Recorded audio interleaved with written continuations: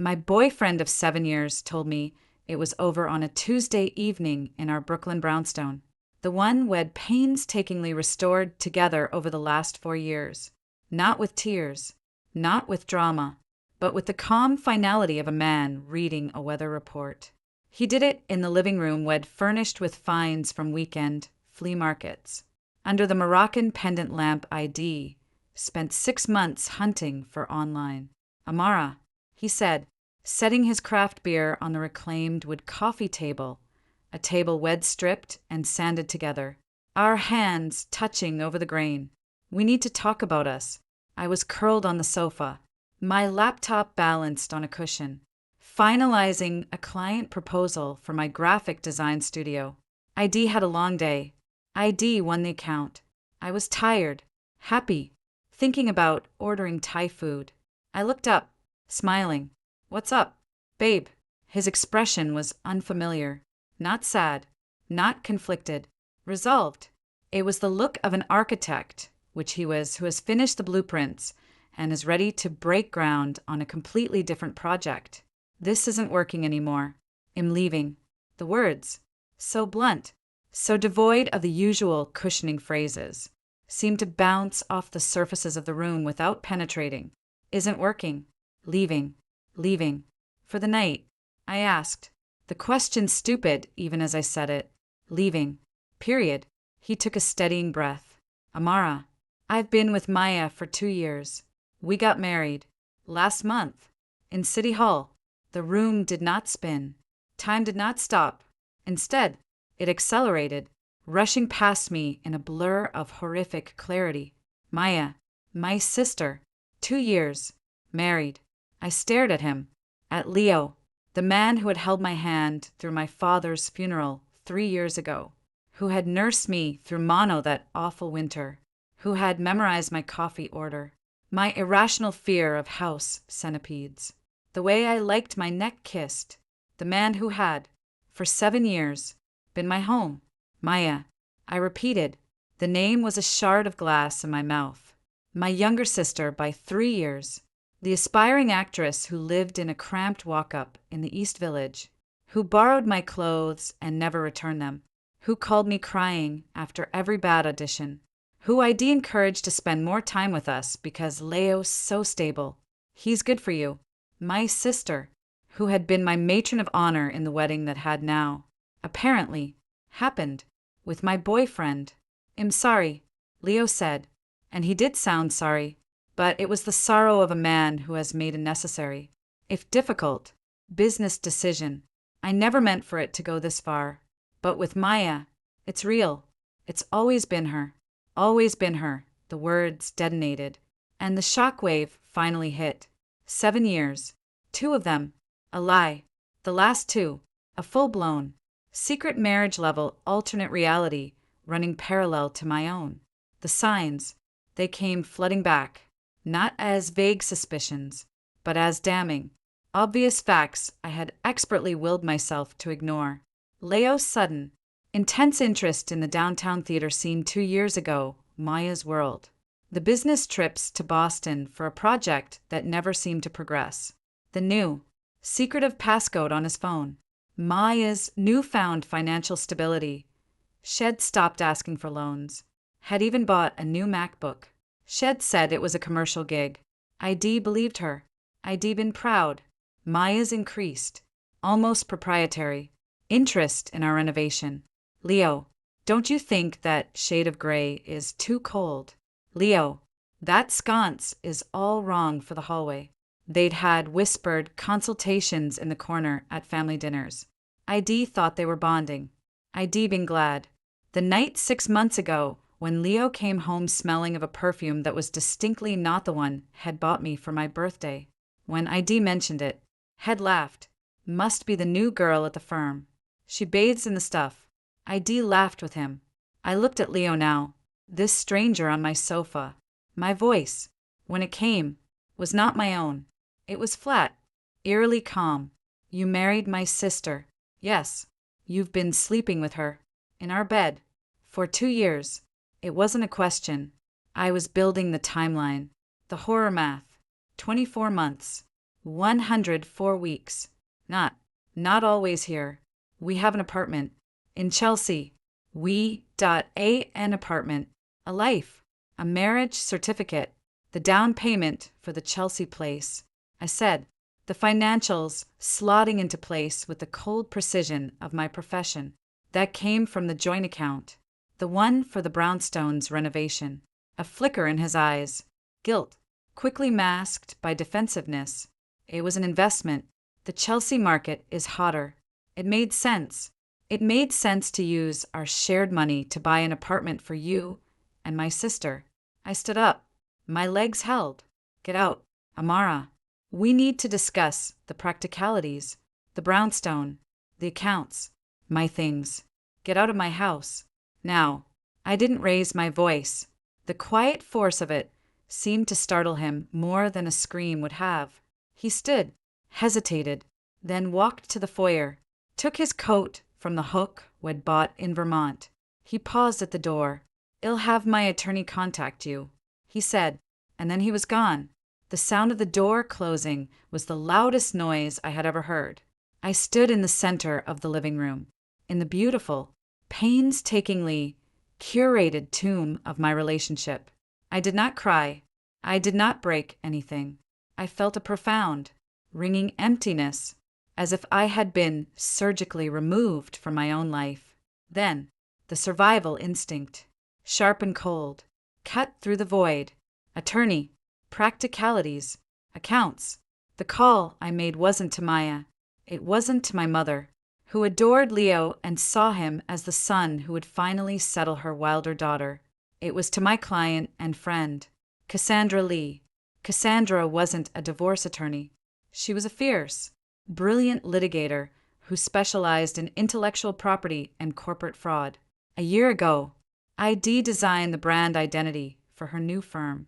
Over late nights and too much coffee, Shed told me about her own epic divorce from a tech CEO who had tried to hide his stock options in a Byzantine network of shell companies. Shed not only won that Shed dismantled his corporate structure in the process. She answered on the third ring. "Amara, it's late. Did we have a check-in? I need you," I said, the words stripped bare. Not as a designer, as a lawyer. Leo just left me. He's been having an affair with Maya for 2 years. They're married. He used our joint renovation funds to buy an apartment with her. There was a beat of stunned silence. Then, the swift click of a keyboard. My office. 45 minutes. Don't touch anything. Don't talk to anyone. Bring any financial documents you can find. I drove to her office in the financial district on autopilot. The lights of the Brooklyn Bridge, a smear of gold in my peripheral vision. I felt nothing. I was a vessel of facts. Betrayal. Theft. Fraud. Cassandra's corner office was all clean lines and steel. She poured 2 glasses of bourbon, pushed one toward me. Start from the beginning. I told her everything. The confession, the marriage, the Chelsea apartment, the missing funds, the 2-year timeline, the patterns of deceit that were now blindingly obvious. When I finished, she steepled her fingers. "Okay, this isn't a breakup. This is a hostile corporate takeover of your life, with your sister as the silent partner. The marriage makes it messier, but it also gives us leverage. It's fraud. It's theft of marital assets because in New York, after 7 years with commingled finances and a shared home, you have a strong claim for a palimony-like division, especially with the financial misconduct." She opened a fresh legal pad. First, documentation. Do you have access to all the financial accounts? The joint ones, his business accounts, the joint accounts. Yes, his architecture firm accounts. No, but I'm a signatory on the Brownstone Renovation Fund. It's at Chase. Good. Tonight, you log in. You download every statement for the last 3 years. You look for transfers, large withdrawals, anything to a title company or a bank in Chelsea. Screenshot everything. Save it in multiple places. And Maya is now a co-conspirator in the theft of your assets. She is not your sister. She is a defendant. You will not speak to her. Any contact will be recorded and used. Understood. I nodded. The transformation was complete. The heartbroken woman was locked away. In her place was a project manager facing a catastrophic system failure. My life was the system. Leo and Maya were the virus. I returned to the brownstone. It was past midnight. I went to the small office nook we'd built under the stairs. Leo's computer was there, but it was password protected. I tried his usual password, the name of his childhood dog. It failed. I tried a combination of his birthday and mine. Failed. Then I remembered. A year ago, complaining about password fatigue, Head said, I just use the same base and add the site initial. His base, Head, told me once when drunk, was the street number of his first apartment plus his mother's maiden name. 421 Klein. I typed 421 Klein C for Chase. The login screen accepted it. I was in. The joint renovation account had held 285.000 6 months ago.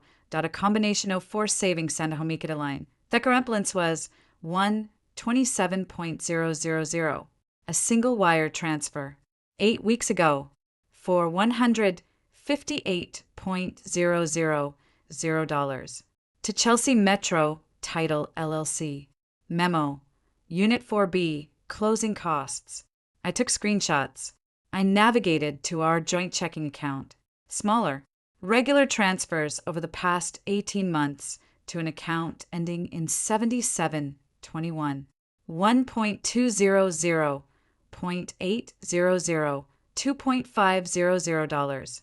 Always labeled supplies or contractor. The receiving account was at a different bank. I couldn't see the name, but I didn't need to. The pattern was the script of a second life. I found the property records online with a quick search. A condo in a new Chelsea building. Purchased for $1.2 million. Mortgage for $950.000. Buyers: Leo Grant and Maya Sorrento. Sorrento was our mother's maiden name. Maya had used it professionally. The purchase date was 8 weeks ago. The down payment, $250.000. Our $158.000 had been the bulk of it. I printed everything on the wireless printer. Gathering the warm pages, I filed them in a fresh folder, labeled it Tax Documents 2022, and placed it in plain sight on my desk. Let him see I'd been here. Let him know I knew. At 3 a.m., I finally allowed myself to go to bed. Not our bed. The guest room. I lay in the dark, staring at the ceiling. The grief was a vast, black ocean held back by the levee of my rage. I could feel it pressing, but for now, the levee held. The next morning, I moved like a ghost through my routine. I made coffee. I showered. I dressed. My phone buzzed incessantly. Missed calls from Leo. Missed calls from Maya. A text from Maya Amara. Please call me. Leo told me he told you. I'm so sorry. We need to talk. I didn't respond. I saved the text. I forwarded the call logs to Cassandra. I went to my studio in Soho. My 2 employees, Ben and Chloe, took one look at my face and fell silent. Personal emergency. I said, I'll be working remotely for a bit. Handle the Reynolds presentation. You know what to do. I set up a command center at my dining table. I created a digital case file. I scanned every printed document. I built a timeline in a spreadsheet. Dates, transfers, lies, confrontations. I was designing the case against my own life. Cassandra called at noon. I've done some preliminary digging. The Chelsea mortgage is in both their names, but Leo's income alone qualified them. That mortgage application would have had to list his assets, including, presumably, his interest in this brownstone. If he used that as an asset to secure a loan without disclosing it was jointly held with you, and that you were unaware of the second property, that's loan fraud. It also strengthens your claim to the Chelsea apartment as a marital asset acquired with stolen funds. What's the first move? We file a lease pendens on the Chelsea condo. It's a notice of a pending legal action that clouds the title. They can't sell it. They can't refinance it. It freezes that asset. We also file an emergency order to freeze the joint accounts and for exclusive use of the brownstone. We'll file a civil suit for fraud, conversion, and intentional infliction of emotional distress against both of them. A lawsuit against my sister. She stopped being your sister when she started fucking your boyfriend and helping him steal from you. This is business. Amara, the business of getting back what's yours. I took a deep breath. Do it. That afternoon, a process server delivered the papers to Leos Architecture Firm. The lawsuit, the lease pendens, the motion for temporary orders. The battle was joined. Leos' response was a panicked call. A lawsuit. Amara, are you insane? We can mediate this. Your attorney can speak to my attorney, I said, and hung up. Maya's response came that evening. She showed up at the brownstone. I saw her through the peephole, her face pale and drawn under the porch light, wearing a coat ID given her last Christmas. I didn't open the door. I spoke through the intercom. You need to leave. Maya, Amara, please, just let me explain. I love him. He loves me. It just happened. Over 24 months.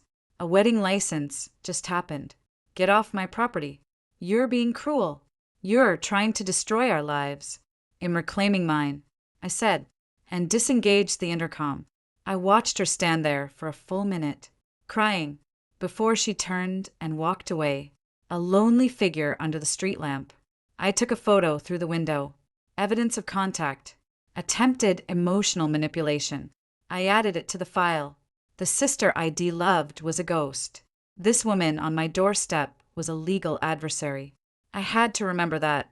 That night, the silence of the house was absolute. I sat at the dining table, the case file open before me, the city's glow against the windows. The levee of rage was holding, but I could hear the ocean of grief roaring on the other side. I had lost my partner of 7 years. I had lost my sister. I had lost the future ID believed in. But I had not lost my mind. I had not lost my skill. I had not lost my will to fight. I closed the file. I looked around at the walls we'd painted, the floors we'd refinished. This was my house. This was my life. And I would defend it, page by page, pixel by pixel, until there was nothing left of their lie but a paper trail leading to a judgment in my favor. The war was quiet. It was fought in filings and depositions, in financial disclosures and forensic reports, but it was a war nonetheless, and I was just beginning to learn how to fight. The legal machinery, once set in motion, developed a cold, grinding momentum of its own. The lease pendens on the Chelsea condo worked exactly as Cassandra predicted. It was a chokehold. Leo and Maya's application to refinance the apartment, which Cassandra discovered through a contact at the bank, was instantly denied.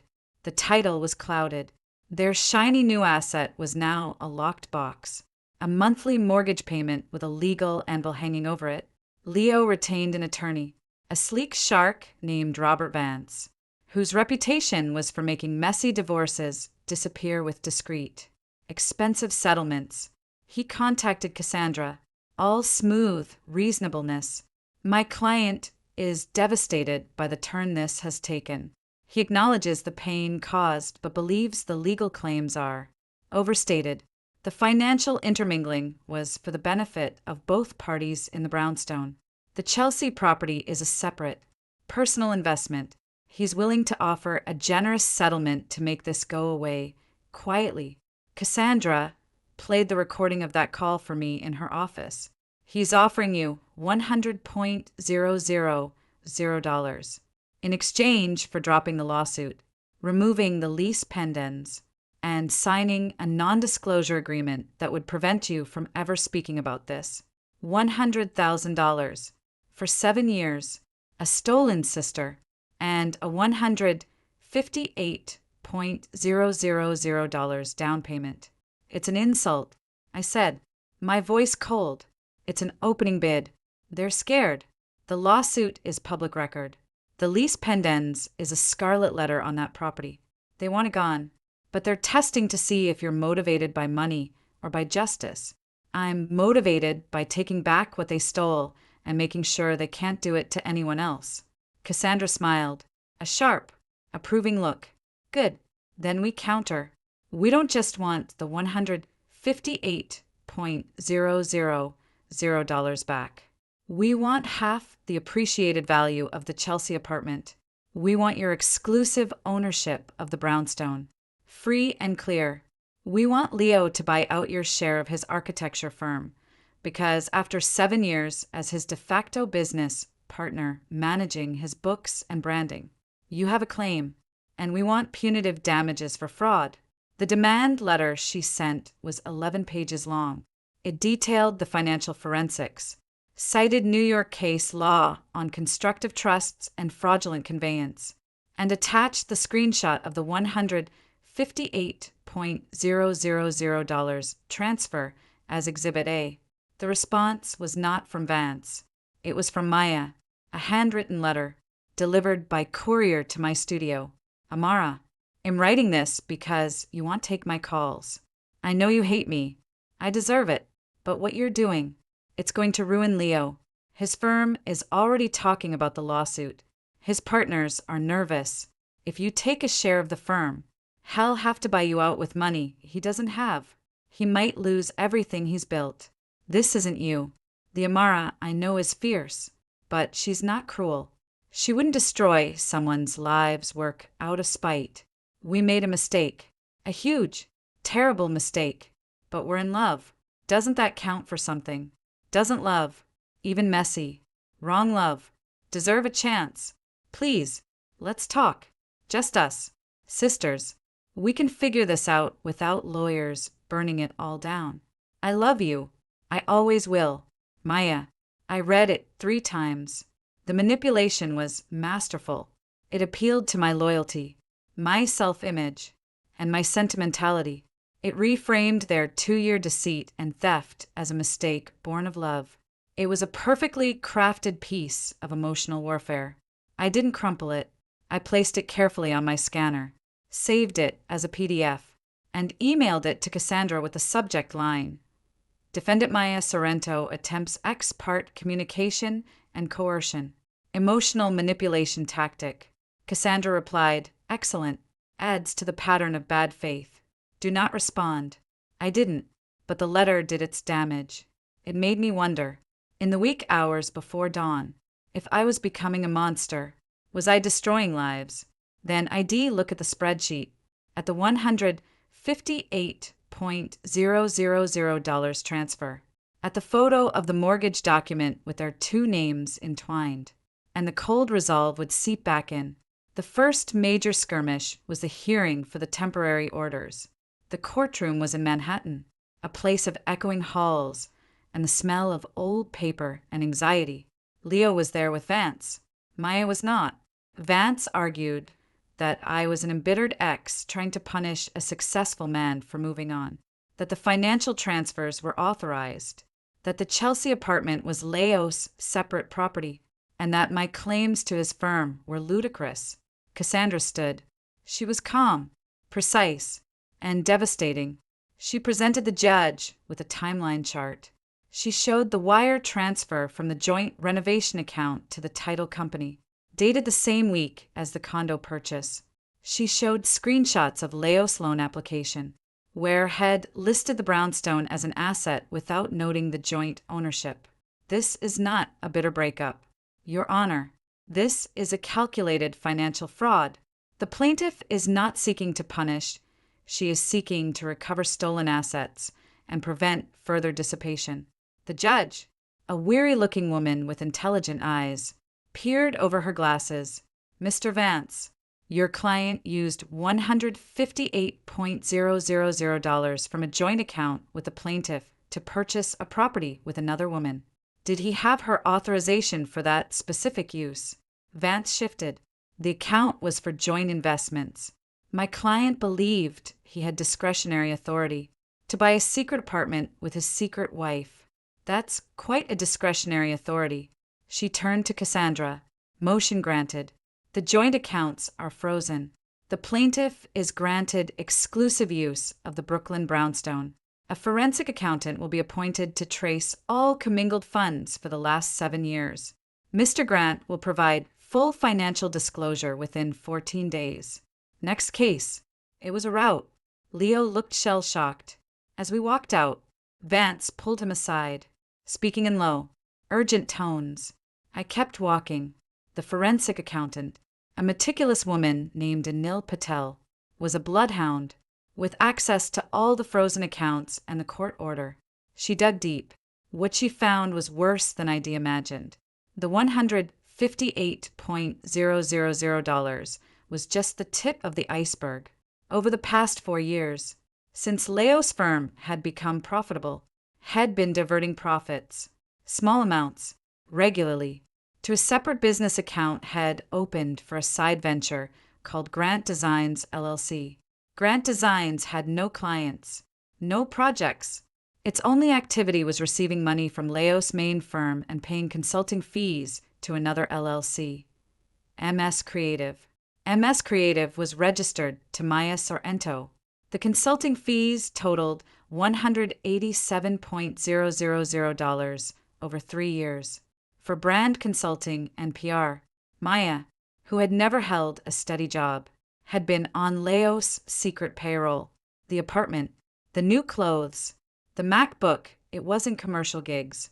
It was my boyfriend, my partner, funneling our shared future income to my sister, his mistress. Patel's report also showed that Leo had taken a $200,000 business loan against his firm a year ago, listing the brownstone as collateral. That money had been used to pay off Maya's student loans and lease a luxury car, a car ID never seen. This is embezzlement, Cassandra said, her eyes gleaming with a hunter's light as we reviewed the report. From his own firm, which is a marital asset, and fraud against the lender. This is no longer just a civil suit. This is potentially criminal. The weight of it was staggering. The betrayal wasn't just personal, that IT was financial. A years-long, systematic looting of the life we were building. To fund a secret life with my sister, Cassandra drafted a devastating amended complaint, adding claims of breach of fiduciary duty, corporate waste, and civil conspiracy.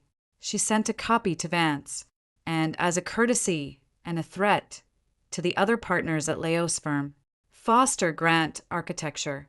The reaction was swift and catastrophic for Leo.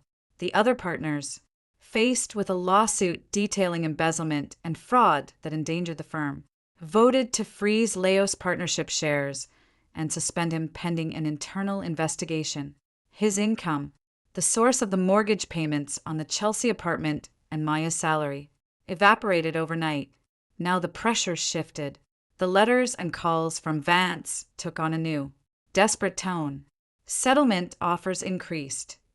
200.000.300.000. I instructed Cassandra to say nothing.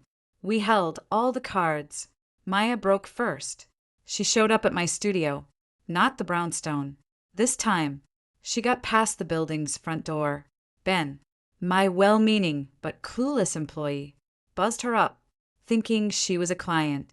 She walked into the studio, a place Shed visited a dozen times, usually to borrow money or cry on my couch. She looked different, thinner, harder, the youthful glow replaced by a sharp anxiety. She was wearing clothes I didn't recognize, expensive-looking but rumpled. "We need to talk," she said, her voice trembling. "You're destroying him. They're going to force him out of the firm. They're talking about criminal charges." I stood up from my desk. "Ben, Chloe, could you give us the conference room for a moment?" My voice was calm, professional. My employees, sensing the nuclear tension, scattered. Once the door closed, I turned to her. "You shouldn't be here. All communication is through attorneys. Screw the attorneys. This is my life, my marriage. You're taking everything. You took everything first," I said, my voice still low, controlled. "You took my partner. You took my money. You took 7 years of my life. I'm just taking it back. Tears spilled down her cheeks, but they were tears of fury, not remorse. You always had everything: the stable job, the talent, the perfect boyfriend, the perfect life. You never understood what it was like to struggle, to want something so much it hurts. Leo saw me. He saw how much I wanted. More. And he gave it to me. Her confession was breathtaking in its selfishness. So you helped him steal from me to get it. That's not love, Maya. That's a financial transaction. One that's about to be audited. Well, lose the apartment. Well, be bankrupt. Then you shouldn't have bought it with stolen money. I walked to the door and opened it. Leave. Now. Or I will call the police and have you removed for trespassing. And I will add that to the lawsuit. She stared at me, her face a mask of sheer hatred. The sister ID known was utterly gone. You're a cold bitch. No wonder he chose me. She stormed out. I closed the door, leaned against it, and for the first time since this began, I let myself cry, silent, heaving sobs that felt like they were tearing something loose inside my chest. It wasn't grief for Leo anymore.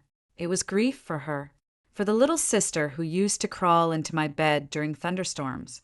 That girl was dead, killed by greed and a man's validation. I wiped my face, splashed water on it in the bathroom, and returned to my desk. I wrote a detailed memo of the encounter, time-stamped it, and sent it to Cassandra.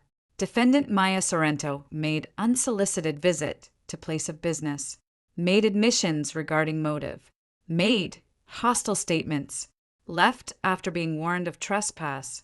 The visit, while traumatic, was a gift. It showed their desperation. It provided evidence of motive. It hardened my resolve. The next move came from Leo, a letter delivered by Vance, formally offering to settle. The terms: I would get the Brooklyn brownstone, free and clear. He would repay the $158,000 with $1,025,000 as a settlement from his personal assets. In exchange, I would drop the entire lawsuit, remove the lease pendens, sign an NDA, and relinquish any claim to his firm or the Chelsea apartment. It was a serious offer. The brownstone, mortgage-free, was worth over $2 million. The cash settlement was significant. It was a life-changing sum, a clean break. Cassandra laid it out for me. If we go to trial, we could potentially get more. Half the appreciated value of the Chelsea place, a share of the firm. But trials are unpredictable, expensive, and public. This offer gives you certainty. The brownstone is yours. You're made financially whole, plus a penalty, and it ends the war. I thought about it. The war was exhausting. The forensic accounting, the legal filings, the emotional landmines, it was consuming me. The offer was an escape hatch. I could take the money, the house, and walk away. I could start over without them in my life, ever again. But walking away meant they kept the apartment bought with my money. It meant Leo might salvage his career. It meant they faced no real consequence beyond a financial haircut. They would still have each other, still have a life built on the rubble of mine. What about the embezzlement, the fraud with the lender? I asked. Without your civil suit pushing it, the firm might handle it internally, quietly. The lender might never know. Criminal charges are unlikely unless the firm presses them, which they probably won't if Leo leaves quietly and pays back what he took. So they would get away with it. A slap on the wrist, a cost of doing bad business. I looked out Cassandra's window at the soaring geometry of the city. I thought of the 7 years of work, of love, of trust, that they had treated as a line of credit. I thought of Maya's face, twisted with hate in my studio. No, I said, my voice clear in the quiet room. We don't settle. We go to trial. I want it all on the record. I want a judge to call it what it is, fraud. I want the Chelsea apartment sold and the proceeds returned. I want my share of the firm. I want punitive damages. And I want a judgment that follows them forever. Cassandra studied me, then nodded slowly. It's the harder path. It will get ugly. They will fight dirty. Let them. I said, I have the paper trail, and am not afraid of it anymore. The war would continue, but I was no longer just defending. I was advancing, and for the first time, I knew exactly what I was fighting for. Not just restitution, but justice, and I would not stop until I had it. The discovery phase became a trench war fought with interrogatories, requests for production, and motions to compel. Vance, on behalf of Leo and Maya, resisted at every turn, producing the full financial records for Grant Designs LLC and MS Creative took a court order. Obtaining Maya's personal banking statements required a subpoena that her attorney, a harried-looking man named Drivis, fought tooth and nail. The judge, growing impatient with the delays, set a firm trial date for 6 months out and ordered depositions to proceed immediately. The deposition of Maya Sorrento Grant was scheduled for a Wednesday morning in a sterile conference room in a midtown law office. I would not be in the room. As a party to the lawsuit, I was allowed to attend, but Cassandra advised against it. It's a performance. Seeing her might rattle you. Let me handle it.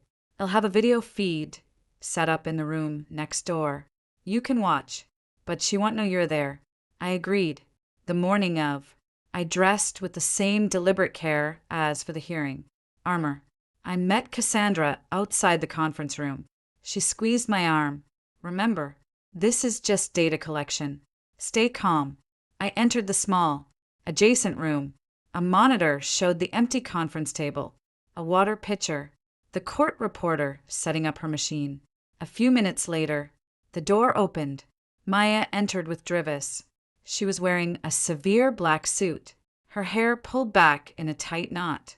She looked older, pared down to her essentials.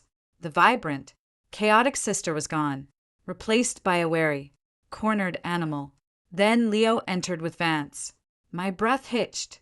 I hadn't seen him in person since the day of the temporary orders hearing. He looked diminished. His confident architect's posture was slumped.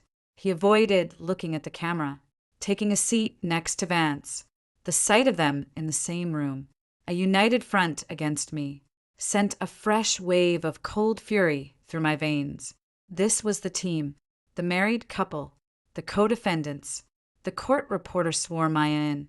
Cassandra began with pleasant, establishing questions: name, address, employment. Am currently between projects. Maya said, her voice tight, Ms. Sorrento Grant, you are listed as the sole member of MS Creative LLC, is that correct? Yes. And what is the business of MS Creative? Creative consulting. Brand strategy. Can you name 3 clients MS Creative has had in the past 2 years, aside from Grant Designs LLC? A pause. Maya glanced at Drivis. The nature of the work is often confidential. I'm not asking for the nature of the work, just the client names. Aside from Grant Designs. Another pause. Longer. I'd have to check my records. Let's make it easier. In the past 2 years, what were the total revenues of MS Creative? I don't have that figure in front of me. Cassandra slid a document across the table. It was a bank statement for MS Creative, obtained via subpoena. According to this statement from First Republic, the total deposits into MS Creative over the past 24 months were $187.650, all from a single payer, Grant Designs LLC. Were you aware of that? Maya's face flushed. That sounds approximately correct. So your only client for 2 years was your husband's company. It was a retainer arrangement for ongoing consultancy. What specific services did you provide for this retainer? I advised on brand aesthetics, client presentations, social media tone. Cassandra's tone remained mild, almost bored. Do you have any deliverables to show for this work? Mood boards, strategy documents, presentation decks. Some of it was verbal. In meetings. How many meetings? I don't keep a count. Roughly. Once a week. Once a month. It varied. Did you invoice for these meetings? It was a retainer, a flat monthly fee. Set by whom? By the terms of the agreement, which you negotiated with Mr. Grant. Yes. Your husband. A stiff nod. Yes. Cassandra let the implication hang in the air. A $187,000 no-show job for his wife. She moved on. Let's talk about the apartment at 455 West 23rd Street. Unit 4B. You are a co-owner. Correct. Yes. The down payment was $250,000. Where did that money come from? From our savings. And a gift. A gift from whom? From family. Which family member? Maya shifted in her seat. I'd rather not say. It's private. Your half of the down payment was $125,000. Did that come from your personal savings? Some of it. How much of it? Can you trace the $125,000 from your personal accounts? Maya looked at Drivis, who leaned in. Objection. Vague. Calls for speculation. Ill rephrase. Cassandra said, unruffled. Please produce bank statements showing the accumulation of $125,000 in your personal accounts prior to the closing date. Maya was silent. She couldn't. The money had come from the consulting fees from Grant Designs, which were not savings but disguised income. Let's move on, Cassandra said, as if it were of no consequence. She picked up another document. This is a text message exchange from your phone, recovered from your cloud backup, dated February 14th of last year. You text Mr. Grant. The transfer went through. Amara didn't blink. She thinks it's for the kitchen contractor. Can you explain that text? Maya went sheet white. Leo stiffened beside Vance. They hadn't known we had the texts. We'd gotten them from the phone provider with another subpoena. I don't recall the context. Maya stammered. The transfer referred to a $15,000 transfer from the joint Brownstone account to an account labeled Contractor Escrow, which was actually your personal savings. Correct. It might have been. Amara didn't blink. That suggests you were aware the transfer was deceptive, does it not? Drivis objected. Calls for a legal conclusion. Cassandra pressed on. You and Mr. Grant were deliberately moving money from a shared account with my client into your personal control, and you were relieved she didn't notice. Is that a fair summary? Maya looked like she might be sick. It wasn't like that. How was it?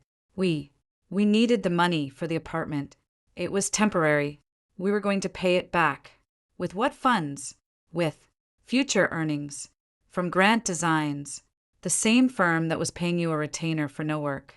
Drivis stood up. I'm instructing my client not to answer. This is badgering. I'll withdraw the question.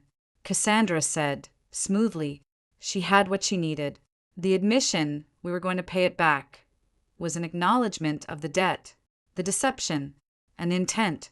For the next 2 hours, Cassandra dismantled Maya's story piece by piece. The luxury car lease, the student loan payoffs, the romantic trips to Paris and Tulum, paid for from the Grant Designs account, business development. Each lie was exposed, each evasion met with a documentary brick wall. By the end, Maya was a husk, answering in monosyllables, her eyes darting to Leo, who refused to meet her gaze. When it was over, and Maya and Drivis had left the room, Leo remained for his deposition. He looked exhausted, defeated before it began. His testimony was a masterclass in evasion. Vance objected to every substantive question, but Cassandra, armed with Patel's forensic report, was relentless. She walked him through every transfer, every false entry in the firm's books, the loan application fraud. Why did you not list Ms. Sorrento as a co-owner of the Brownstone on the loan application for the Chelsea property? Oversight, Leo muttered. A $1.2 million oversight. Vance objected. Cassandra rephrased.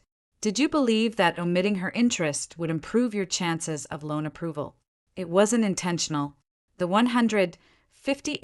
$500,000 from the joint renovation account. Did you have Ms. Sorrento's authorization to use that for a down payment on a separate property with another woman? The account was for joint investments. I considered it an investment in a property you intended to live in with your secret wife. Objection. Sustained. Rephrase. Ms. Lee, did you disclose to Ms. Sorrento at the time of the transfer that the funds were for a residential condominium you were purchasing with Maya Grant? A long pause. No. Why not? Because she wouldn't have understood. Understood what? That you were stealing from her. Objection. Sustained. But the damage was done. The admissions were on the record. The secret transfers. The hidden marriage. The fraudulent loan application. The diversion of firm assets. The most telling moment came near the end. Cassandra asked, Mr. Grant, when you married Maya Sorrento last month, what was your intention regarding your 7-year relationship with Amara Sorrento? Leo finally looked up, directly at Cassandra, and for a fleeting second, I saw the man I loved confused. And over his head, I didn't have a plan. It just happened. A 2-year affair and a secret marriage just happened. I loved her. I love her. And Amara. He looked down at his hands. I cared for her. Deeply. But with Maya, it was different.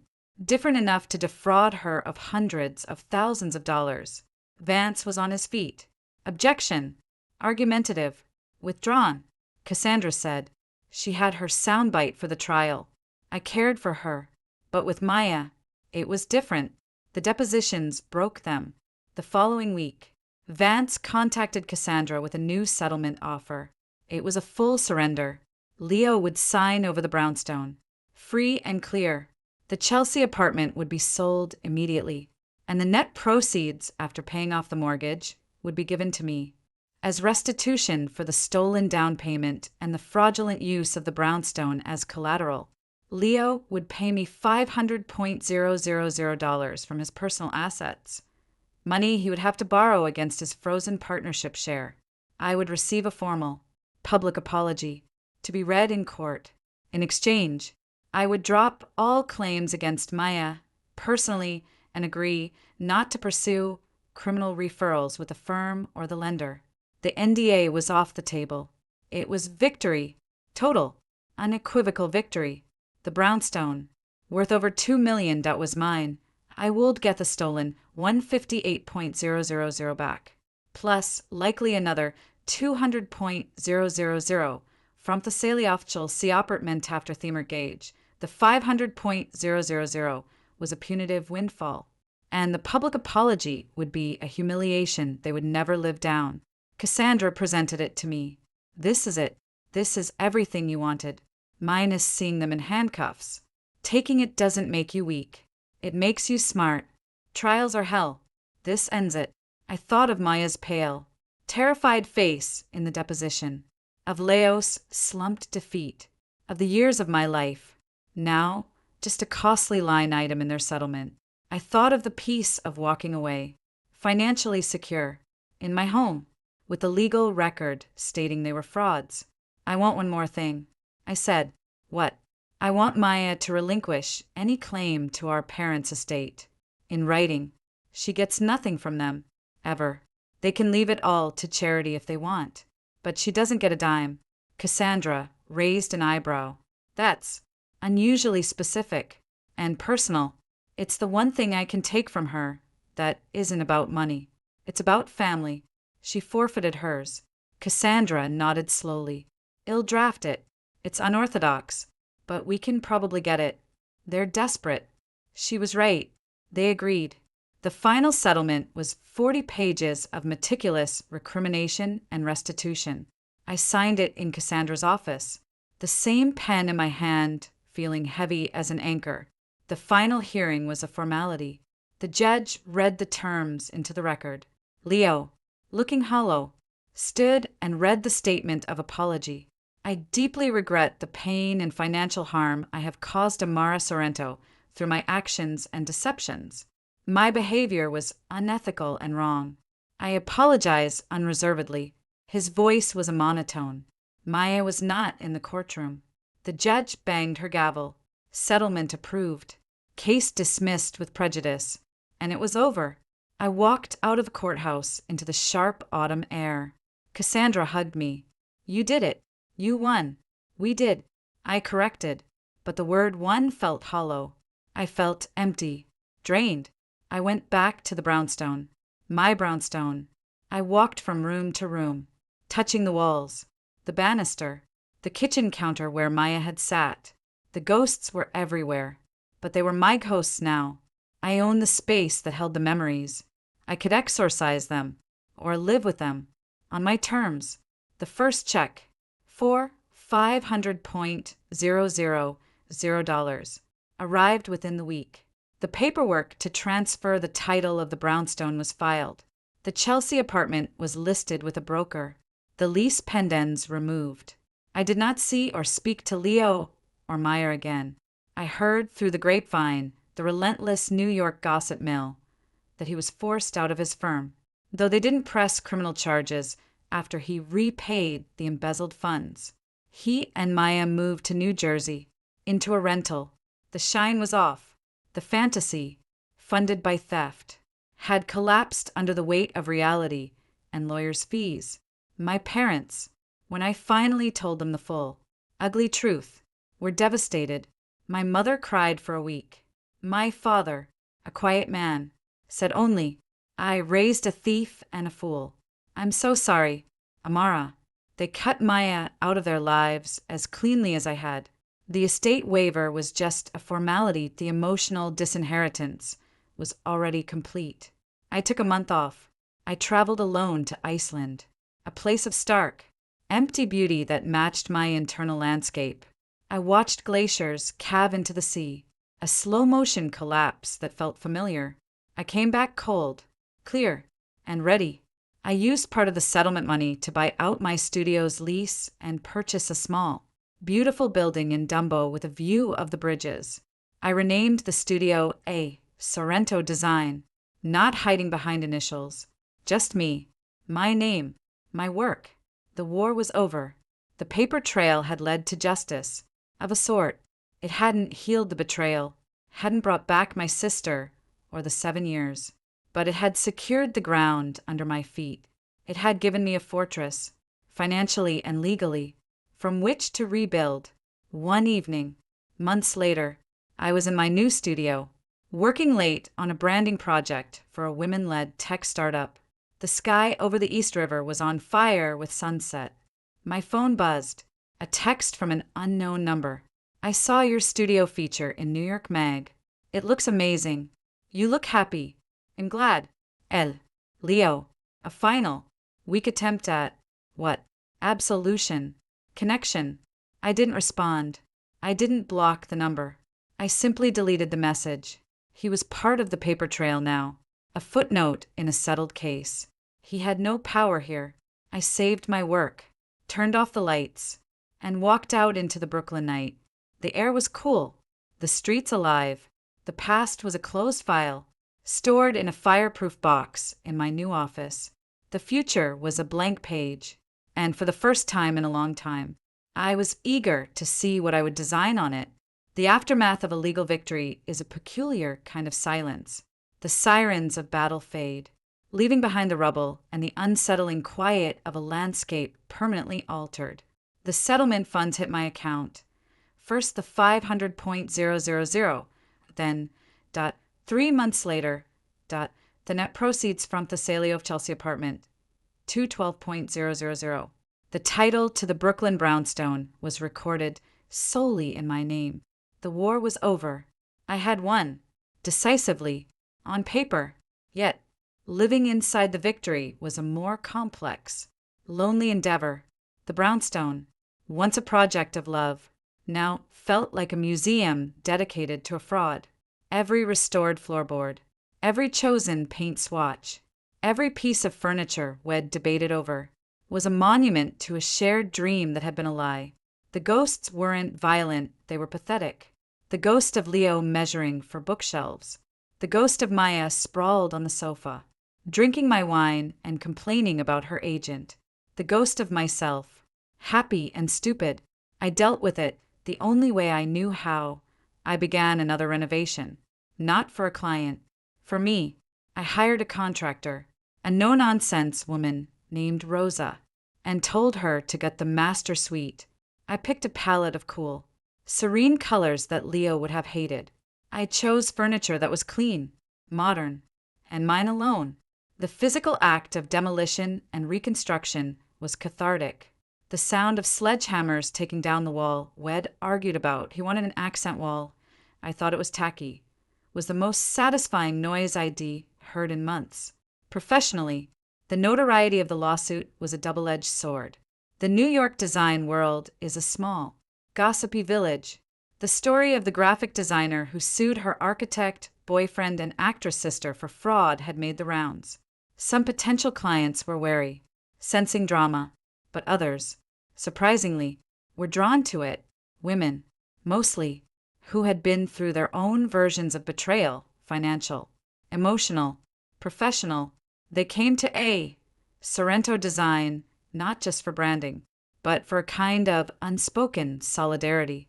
They wanted someone who understood that a brand, like a life, could be stolen, and that it could be taken back.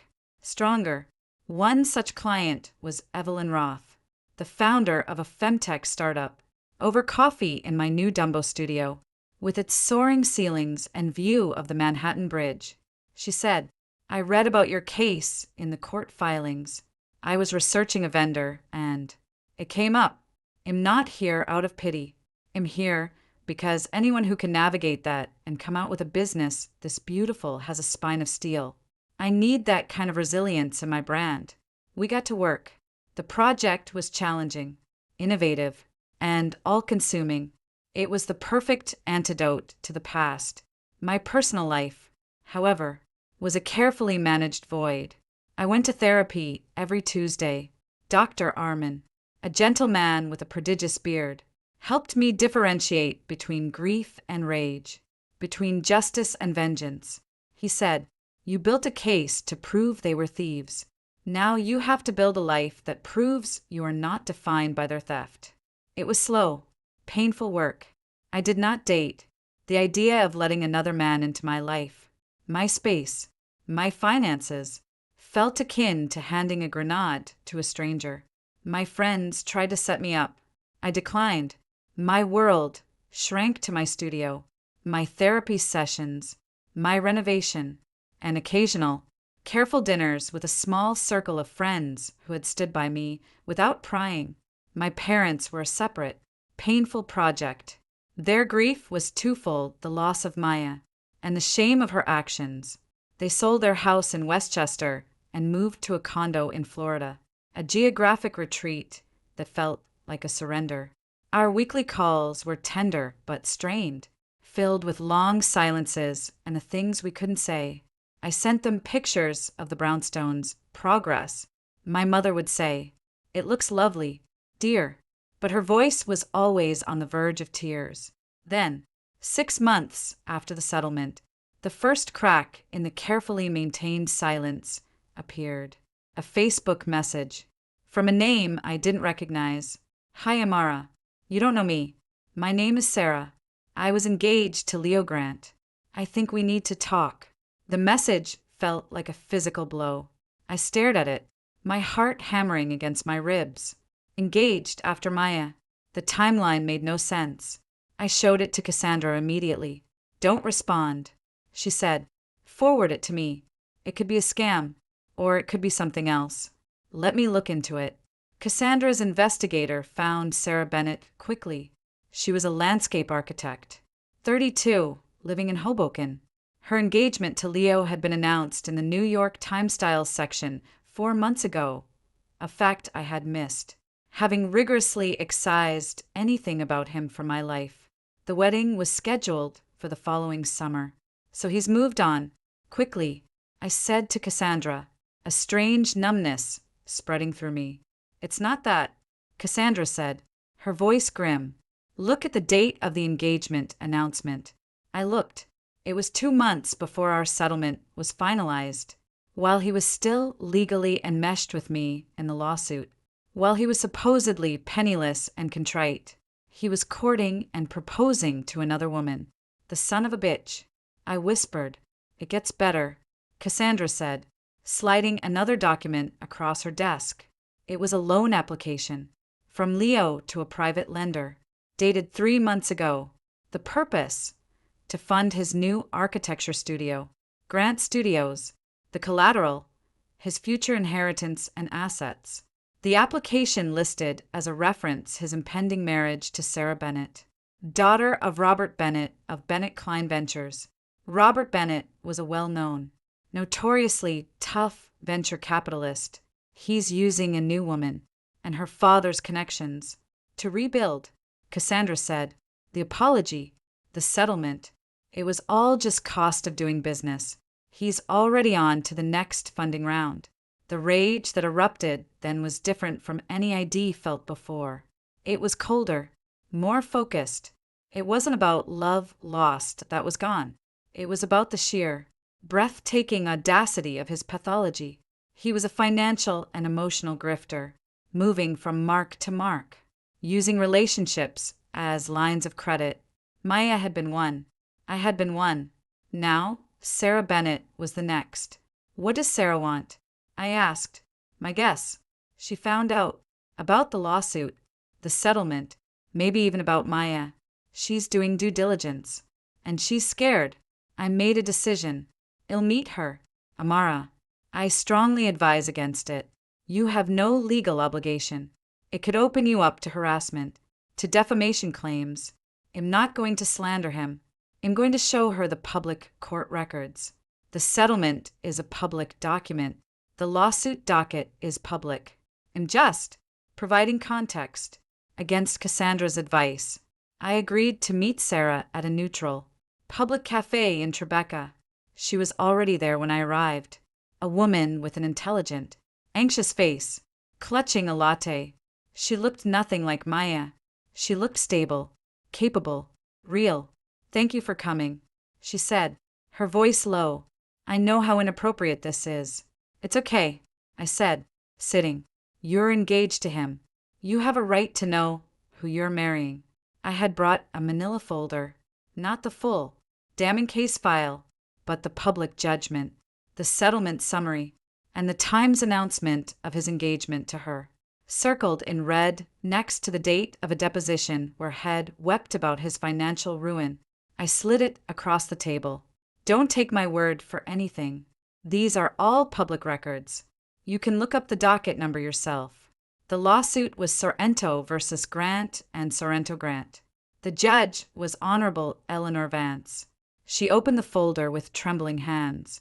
She read in silence, her face growing paler with each page. She lingered on the settlement terms, the restitution, the apology, the transfer of the brownstone. She stared at the engagement announcement date.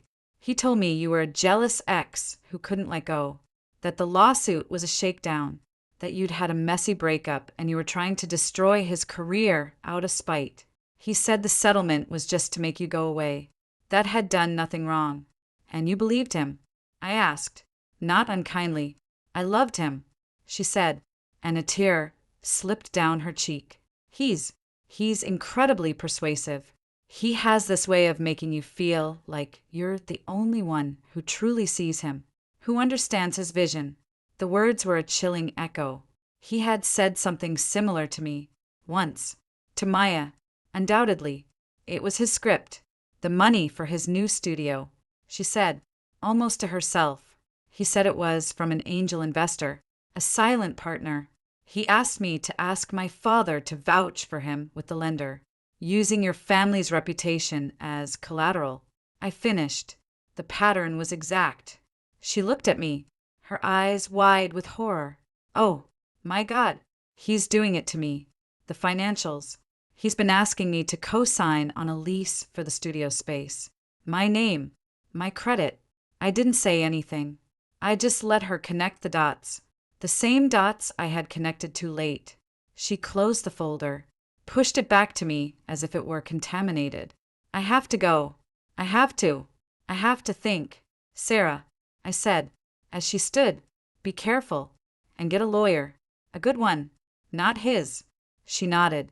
A quick, jerky motion, and fled the cafe.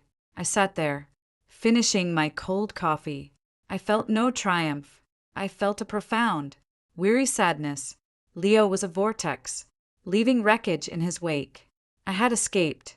Maya was drowning with him. Sarah was about to jump in, and there was nothing I could do to stop it. I had given her the life raft of information. The rest was up to her. A week later, the engagement announcement in the Times was quietly retracted. A one-line notice. The wedding of Sarah Bennett and Leonardo Grant will not take place. Industry gossip blogs buzzed with speculation. I heard from Cassandra that Sarah's father had not only pulled his support, but had made calls ensuring no reputable lender in the city would touch Leo's new venture. His Grant Studios collapsed before it opened. A stillborn dream, killed by due diligence. I allowed myself a single, small moment of grim satisfaction. Then I let it go. The encounter with Sarah had an unexpected effect on me. It closed a loop. It proved that my battle hadn't been a singular, personal tragedy, but a skirmish against a recurring pattern. I wasn't a victim, I was a survivor who had, for once, managed to warn the next potential victim. It gave the whole awful saga a sliver of meaning. I threw myself back into my work. The Evelyn Roth project launched to major acclaim, putting a Sorrento design firmly on the map for serious, impactful branding. I hired 2 more designers. The studio hummed with creative energy that was entirely separate from the past. One evening, as I was locking up the studio, my phone buzzed. A text from a 908 area code. New Jersey. I heard what you did. You told her. You couldn't just let me be happy. You had to destroy this too. I hope you're happy in your empty, perfect house. You deserve to be alone. M. Maya. The rage had curdled into pure, undiluted hatred. She blamed me for Leo's failed engagement, for their continued exile in New Jersey, for everything. There was no remorse, only blame. I didn't respond. I didn't delete it. I saved it, added it to the digital archive. Communication from Defendant M. Sorrento Grant. Harassing. Blame shifting. It was just more data. It had no power to hurt me anymore. I walked home across the Brooklyn Bridge, the wind whipping my coat.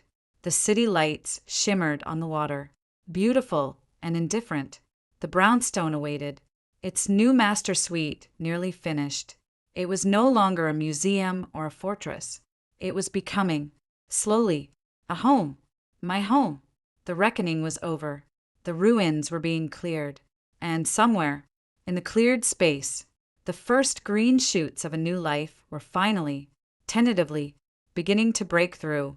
Winter in New York is a season of revelation.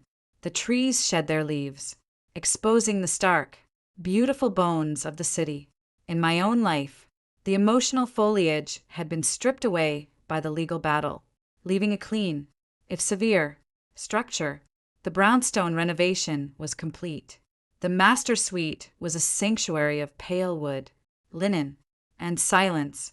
The rest of the house bore only subtle scars of the past. A repainted room, a replaced light fixture. The ghosts, if not gone, had learned to be quiet. Work was my anchor. Sorrento design was thriving, moving beyond reactive startup branding into more complex legacy projects for cultural institutions and socially conscious corporations. The story of my past, which I never discussed but which hovered in the background, lent a certain gravity to my work. Clients sensed I understood crisis, reinvention, the need for a brand to tell a true story, not just a pretty one. It was through a pro bono project for a women's legal aid nonprofit that I met David Chin. He was a board member, a quiet, sharply intelligent man who ran a successful import-export business. He was divorced, amicably, with 2 teenagers who lived mostly with their mother in Scarsdale. He asked thoughtful questions during our initial briefing, not about aesthetics, but about message and impact. He had kind eyes and a calm that felt like solid ground. We began, cautiously, to have coffee after meetings, then dinner. It was staggeringly, terrifyingly normal. He didn't pry into my past. I volunteered the broad strokes: a long-term relationship that ended badly, a contentious legal situation that was resolved. He nodded, said, "That sounds incredibly difficult," and changed the subject to the best Szechuan restaurant in Flushing. For the first time in over a year, I felt a flicker of something that wasn't grief, rage, or vigilance. It was simple, undemanding companionship. We talked about our work, our families. I spoke of my parents, he spoke of his kids. Our shared love for obscure documentary films. He was safe, and after the hurricane of Leo, safety felt like the most potent aphrodisiac in the world. Meanwhile, the universe, as if testing the stability of my new foundations, delivered another piece of news. My mother called, her voice thin with a new strain of grief. "It's Maya," she said. "She's in the hospital. Overdose. Prescription pills. She's stable. But it's bad. Amara." The news landed like a stone in the still pond of my life. I felt a distant, clinical concern, the kind you might feel for a troubled acquaintance. The deep, visceral terror of a sister in danger was gone, burned away. "What do you need me to do?" I asked, my voice flat. "I don't know. Your father and I are flying up. We'll stay at a hotel. I thought you should know. Thank you for telling me." A pause. "Aren't you? Won't you come? She's your sister." The word hung between us, empty of its old meaning. She stopped being my sister when she married my boyfriend and helped him rob me.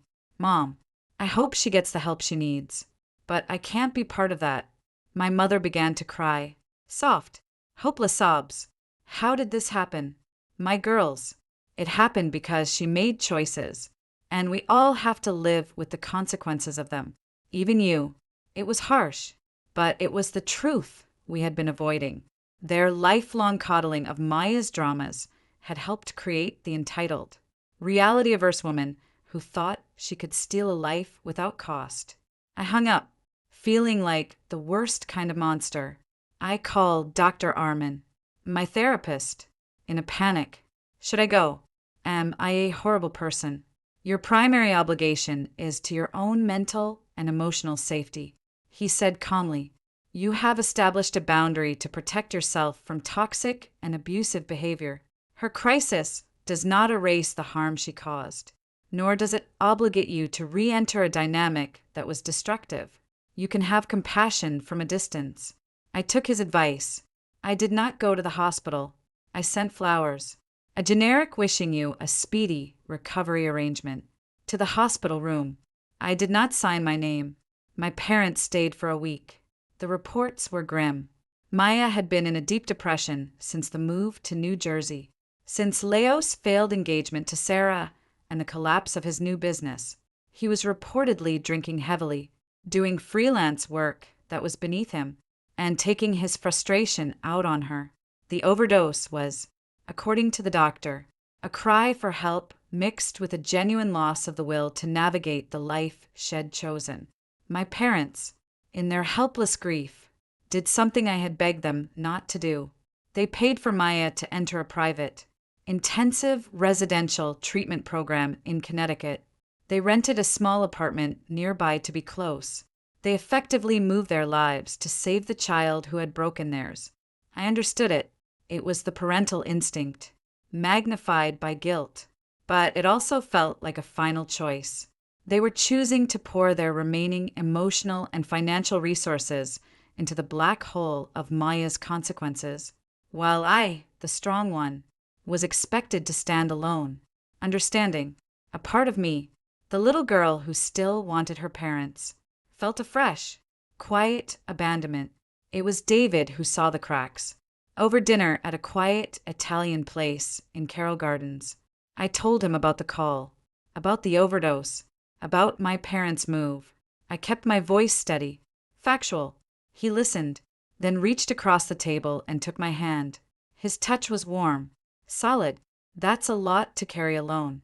He said, the worry for her, the hurt from your parents, the guilt for setting a boundary. It's okay if it's not okay. His simple acknowledgement undid me. Tears I hadn't shed for Maya. Tears of anger, of grief for the lost sister, of sheer exhaustion welled up.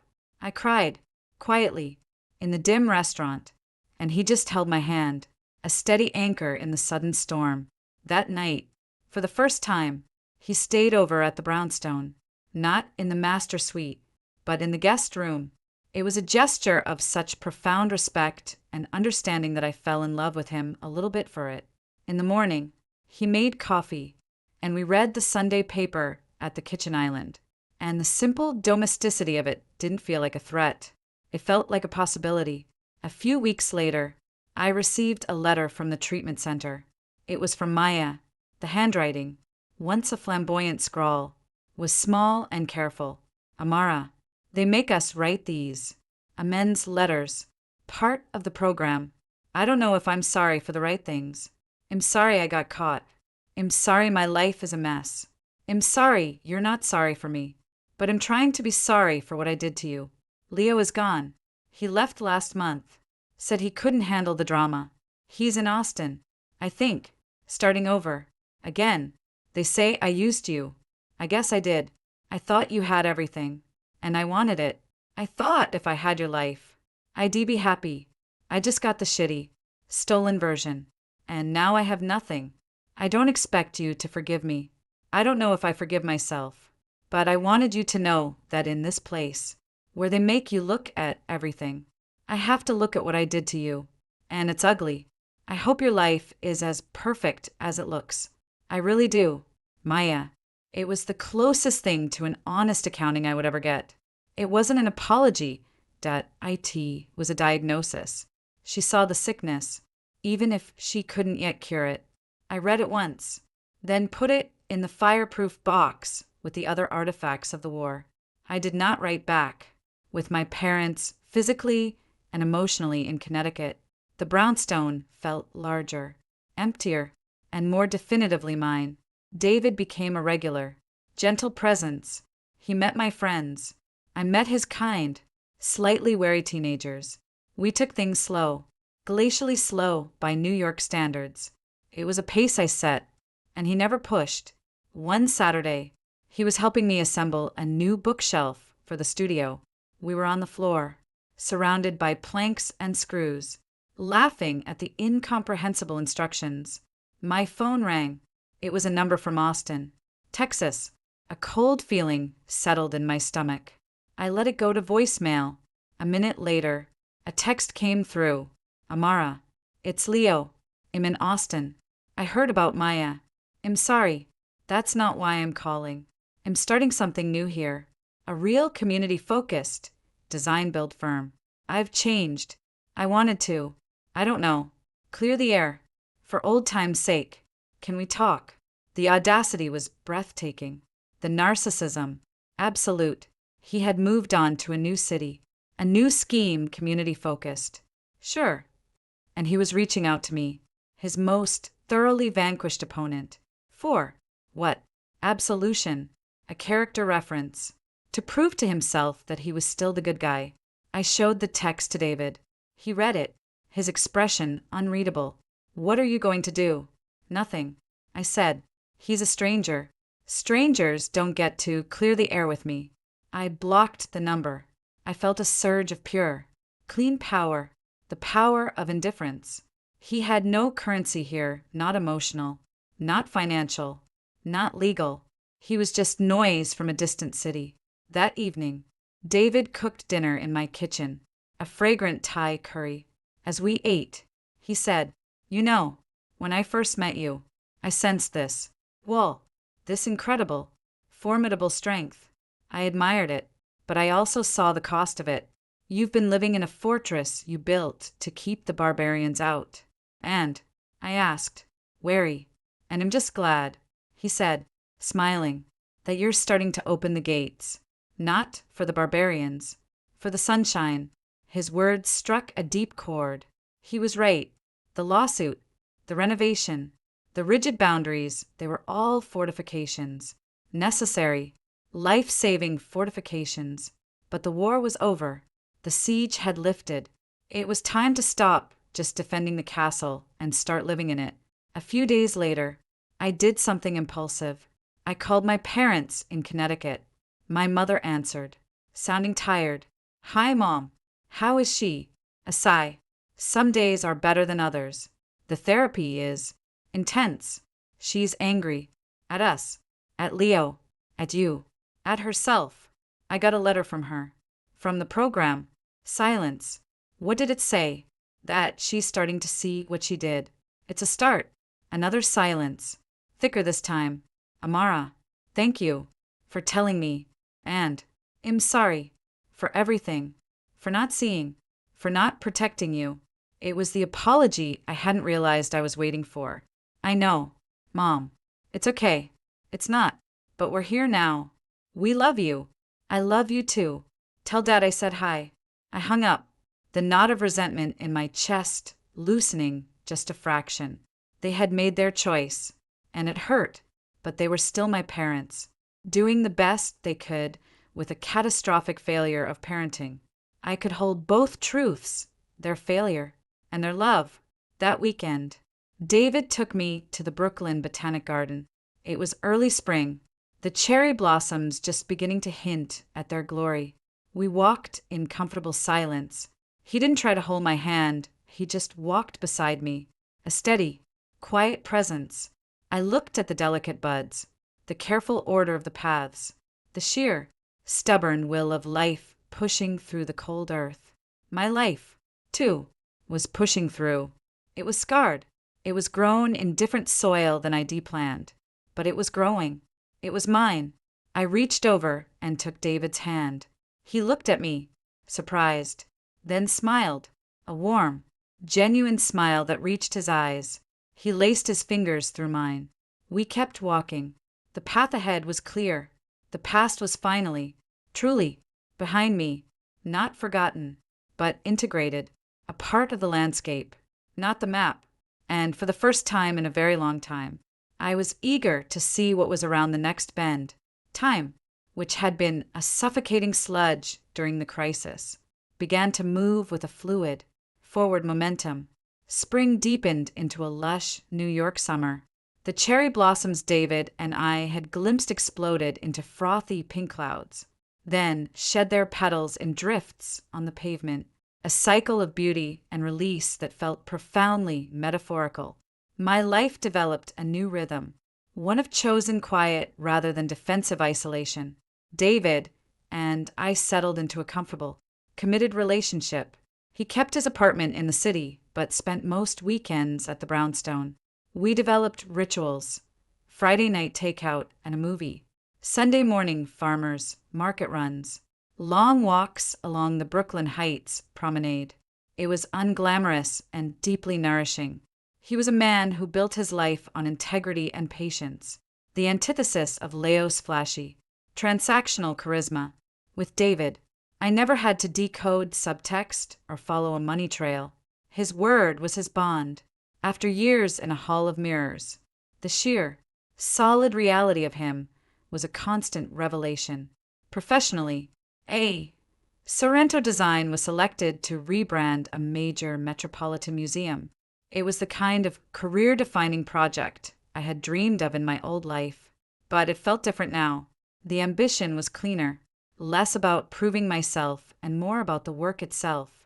My team had grown to 6, a tight-knit group of talented, slightly eccentric people who respected my leadership not because I was a survivor of scandal, but because I was a damn good designer and a fair boss. The only lingering thread from the past was my family. My parents remained in Connecticut, orbiting Maya's treatment center. She completed the residential program and moved into a sober living house nearby. My parents rented a small apartment indefinitely, a permanent outpost of their rescue mission. Our weekly calls continued, a bit less strained. We talked about the weather, their neighbors, my work. We did not talk about Maya's progress or the future. It was a détente, fragile but holding.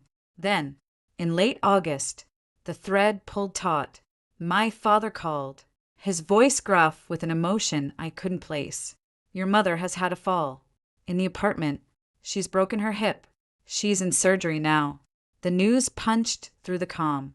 My mother, the stalwart, was vulnerable. It'll come up, I said immediately, before I could think. There's no need to disrupt. I'm coming. Dad, what hospital?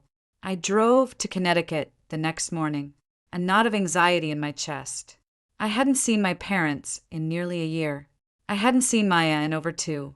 I was walking back into the epicenter of the pain I'd fought so hard to leave behind. The hospital was a bland, modern building surrounded by 2 green lawns. I found my father in the waiting room, looking older and smaller than I remembered. He hugged me tightly, a rare display of physical affection. She's out of surgery. It went well.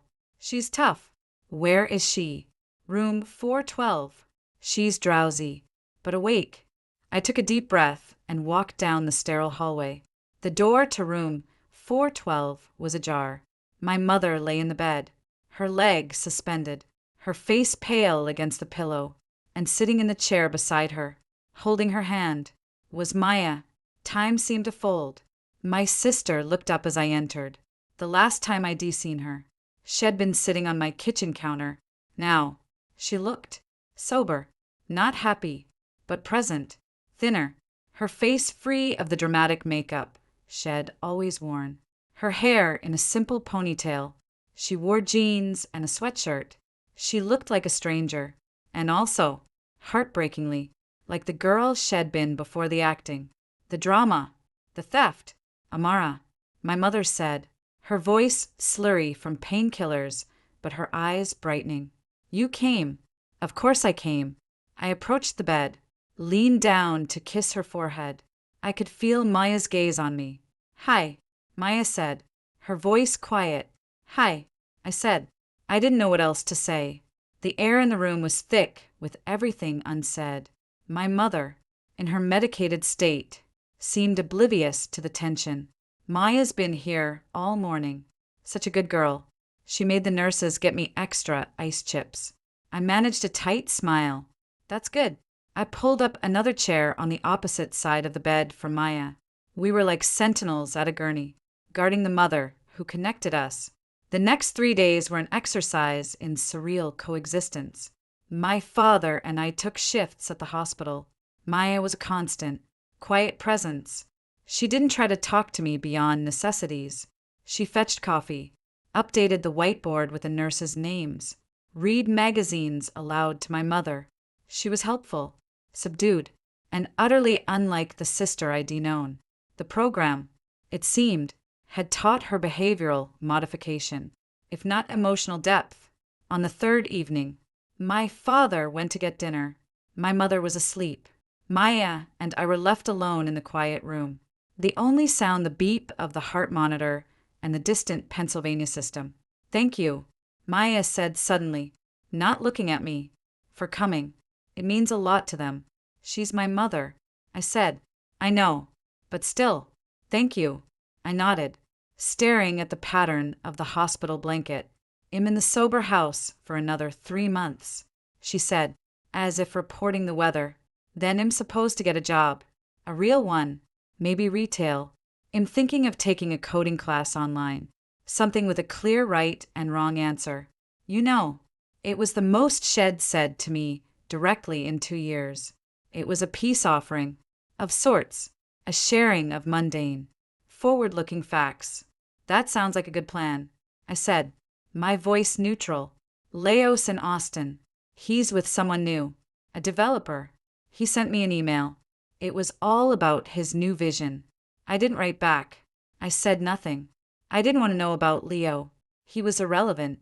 I'm sorry, she said. The words so quiet, I almost didn't hear them. She still wasn't looking at me. For all of it. Not just because I have to be, or because the program says so. I'm sorry because I can see it now. What I took from you, it wasn't a life. It was a person. I tried to steal a person, and I broke her instead. I broke me, too. But that's not your fault. The apology hung in the antiseptic air. It wasn't the performative, blame-shifting letter. It was stark. It acknowledged the theft, the damage. It didn't ask for forgiveness. I took a long, slow breath. The ocean of grief and rage I'd kept dammed up for so long was still there, but it had receded, leaving wet sand. Her words didn't fill the hole shed made, but they were a handful of soil tossed into the vast emptiness. It was something. I heard you're seeing someone, she said, changing the subject with an almost painful awkwardness. A businessman. He's good to you. Yes, he is. Good. I'm glad. She finally looked at me, and her eyes were clear, free of the old calculation and drama. They were just sad. You deserve that. You always did. It was the first genuinely unselfish thing I'd heard her say in a decade. It didn't heal anything, but it allowed a door, long sealed shut, to crack open just a millimeter. Not to let her back in, but to let the memory of the sister she might have been passed through. One last time. My mother's recovery was slow but steady. After a week, it was clear she would need extensive rehab. My father, exhausted, decided to move them back to Florida, to a retirement community with good medical facilities. The Connecticut experiment was over. They asked Maya to come with them. She refused. I need to stand on my own, she told them, and for the first time, it didn't sound like a line from a script. I have the sober house. I have a plan. I'll visit. I drove back to Brooklyn the day my parents left for Florida. The goodbye was tearful, but held anew. Weary acceptance. The family we had been was gone. We were something else now, wounded, separate, but connected by a frayed, resilient tether of DNA and history. A month later, I received a postcard, a generic skyline of Hartford. On the back, in that same careful handwriting, got a job at a plant nursery. I like the plants. They don't talk back. One day at a time. M. I pinned it to the bulletin board in my studio kitchen, next to a postcard from David's daughter from summer camp and a fabric swatch for the museum project. It was just a fact, a data point. My sister was alive, sober, and working at a plant nursery. It was neither a tragedy nor a victory. It just was. That autumn, David asked me to go away with him for a long weekend. To the Berkshires. Had rented a cabin. No agenda, he said. Just trees. And quiet. We went. The cabin was rustic and beautiful, surrounded by a blaze of autumn color. On our second night, we built a fire in the stone fireplace. He was quiet for a long time, watching the flames. Amara, he said finally, his voice serious. I love you. I love your strength and your resilience and the beautiful life you've built from the ground up. I love the woman you are now. My heart began to pound, a frantic bird against my ribs. This was it. The question. The future. He took a small box from his pocket, but it wasn't a ring box. It was a small, polished wooden cube. He handed it to me. Open it. Puzzled. I opened the lid. Inside, on a bed of velvet, was a key, a simple, old-fashioned skeleton key. It's the key to this cabin, he said. I bought it. Today. The papers are signed. I stared at him, stunned. You bought it. I bought it. For us. Not as a proposal. As a foundation. A place that is ours. That has no history with anyone else. A place to just be. Together. No pressure. No past. Just us. And the trees. And the future we choose to build. On our own time.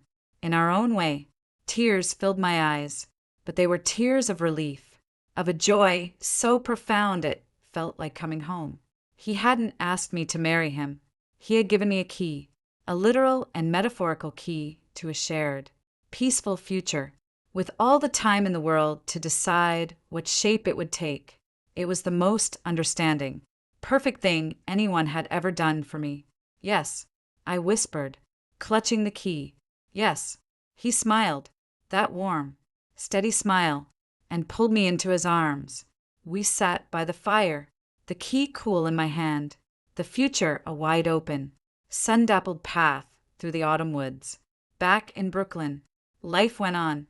The museum project entered its final phase. My team celebrated with champagne in the studio. David's kids came for a weekend, and we took them to the Museum of Natural History. A chaotic, happy day. One evening, I stood on the roof deck of the brownstone, looking at the glittering panorama of Manhattan. The past was a city skyline in the distance, visible, a part of the view, but no longer the place I lived. I lived here, in this solid house, with this good man, in this work I loved. The foundation, cracked and repaired, was stronger than ever, and the future, for the first time, looked less like a battleground and more like a horizon, vast and full of light, waiting for me to walk into it. Winter in New York arrived with a crystalline finality, frosting the edges of the Brooklyn Bridge and turning the brownstone's garden into a sculpture of bare branches and frost. Inside, the house was a fortress of warmth and light. David's presence had evolved from guest to inhabitant. His books mingled with mine on the shelves we'd built together.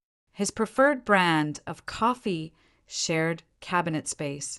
His quiet, steady rhythm had become the bass line of my life, a counterpoint to the city's frenetic melody. The key to the Berkshire cabin hung on a hook by the back door, a tangible promise of escape. We went there once a month, a ritual of disconnection. There, we were simply two people in a room with a fire, no past, no profesional personas, just the sound of snow falling and the comfortable silence of two people who no longer needed to fill every space with words. My work on the museum rebrand launched to critical and public acclaim. The campaign was praised for its emotional clarity and respectful modernity. A major design publication ran a feature on Sorrento design, focusing on the studio's philosophy of narrative integrity. The reporter, to her credit, made only a passing, tasteful reference to my well-documented personal resilience, framing it as a strength that informed the work's depth rather than defining it. I was no longer the woman from that lawsuit, that I was a designer whose work stood on its own. The feature brought a new wave of inquiries, including one from an unexpected source, the board of a prestigious architecture school. They were seeking a creative director for a new initiative on ethics and aesthetics in the built environment. The position involved designing the program's identity, curriculum visuals, and public-facing campaigns. It was a hybrid of my design skills and the brutal education in ethics I'd received outside any classroom. I discussed it with David over dinner at our favorite neighborhood bistro. It feels full circle, I said, pushing my roasted chicken around the plate, using what I learned from that disaster to maybe teach the next generation of architects not to be like him. Do you want it? He asked, his eyes thoughtful, not as penance or as a message. Do you want the work?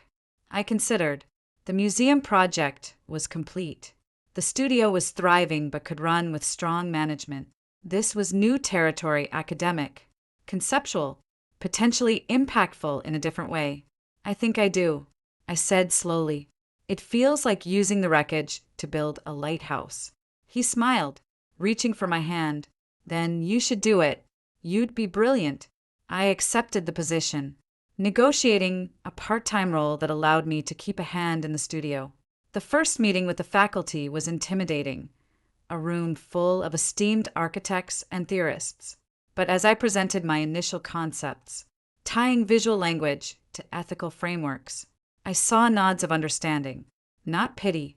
I was there for my expertise, not my history. Amid this forward momentum, the past made one last, fleeting attempt to gatecrash the present. An email arrived in my studio inbox, with the subject line a question. Ms. Sorrento, my name is Elena Moss. I'm a journalist with The Atlantic, working on a long-form piece about trust, betrayal, and financial systems in personal relationships. I've come across the public record of your civil case, Sorrento versus Grant. Your story, and particularly the forensic financial methodology you employed, is a fascinating case study. I'm writing to ask if you would be willing to speak with me, on or off the record, about the experience. My focus is less on the sensational aspects and more on the mechanisms of deception and the pathways to legal and financial recourse for victims, which I believe could be genuinely helpful to others. The email was professional, nuanced, and completely terrifying. The thought of reliving it all for a national publication made my skin crawl. Yet, the journalist's angle resonated. The mechanisms of deception, the pathways to recourse. My story, stripped of salacious detail, could be a blueprint, a warning, a map for the next woman sitting at her kitchen table at 2 a.m., staring at a spreadsheet of her own vanishing life. I sat with the email for 2 days. I talked to Dr. Arman about it. It would be revisiting the trauma. He acknowledged, but it could also be a form of narrative control. You get to frame the story, for once, on your terms, to extract meaning from the pain for a wider purpose. That can be a powerful part of healing. I talked to David. Whatever you decide, I'll support you, he said. But ask yourself, who are you doing this for? For them? For you? Or for the person who might read it and feel less alone? That was the question. In the end, I realized I didn't want to do it for them. Leo and Maya were footnotes. I didn't want to do it for revenge or vindication. I wanted to do it for the version of me in that email subject line, a question, the person searching for a way out. I wrote back to Elena Moss, agreeing to an interview, with conditions: no photographs of me or my home, no mention of David or my parents, and copy approval for any direct quotes used. She agreed. The interview took place in a quiet corner of the members' lounge at the New York Public Library. For 2 hours, I spoke. I talked about the signs I missed, not as a fool, but as a person operating in a framework of trust.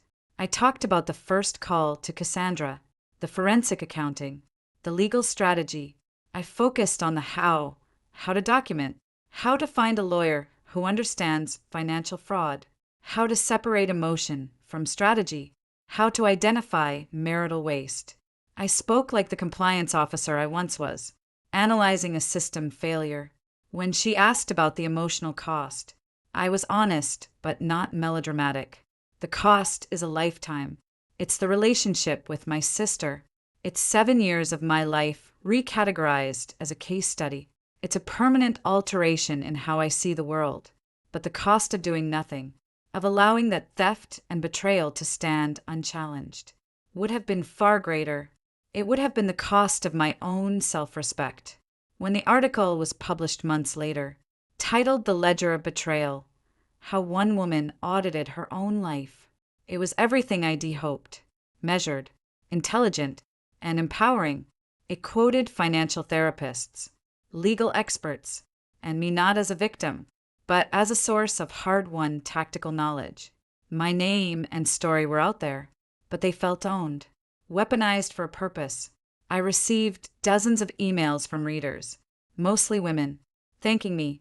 Their messages didn't feel like an invasion, they felt like a conversation, a secret society of survivors passing notes.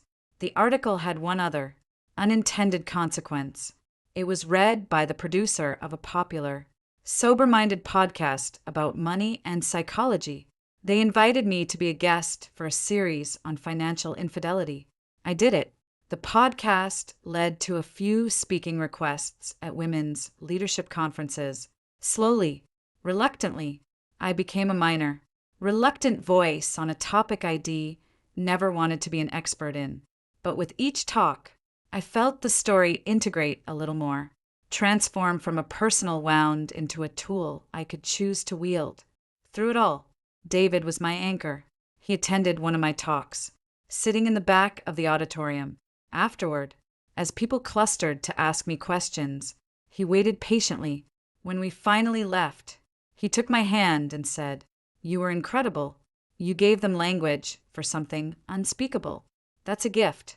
One evening in early spring, we were at the Berkshire cabin. The snow was melting.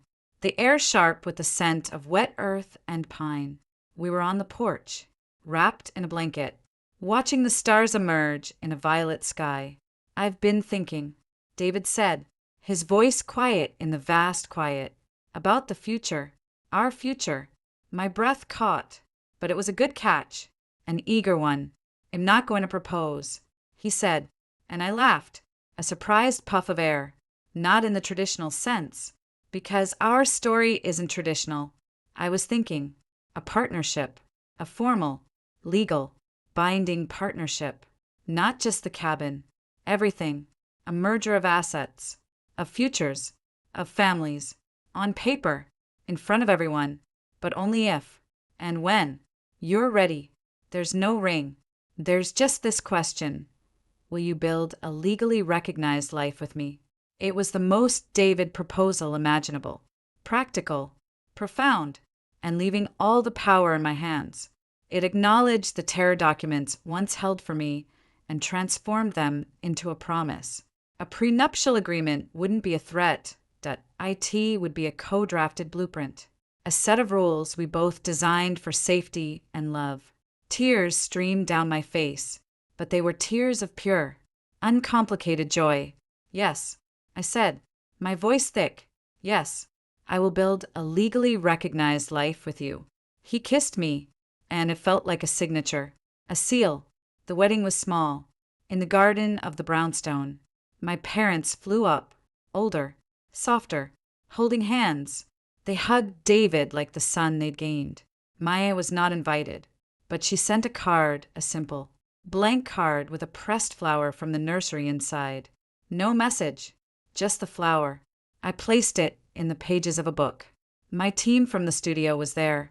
Cassandra was my best person. In a sharp pantsuit, David's kids stood with him, beaming. We wrote our own vows, promising to be each other's sanctuary and sturdy ground. We signed the marriage license, and I felt not a flicker of fear, only a profound sense of rightness.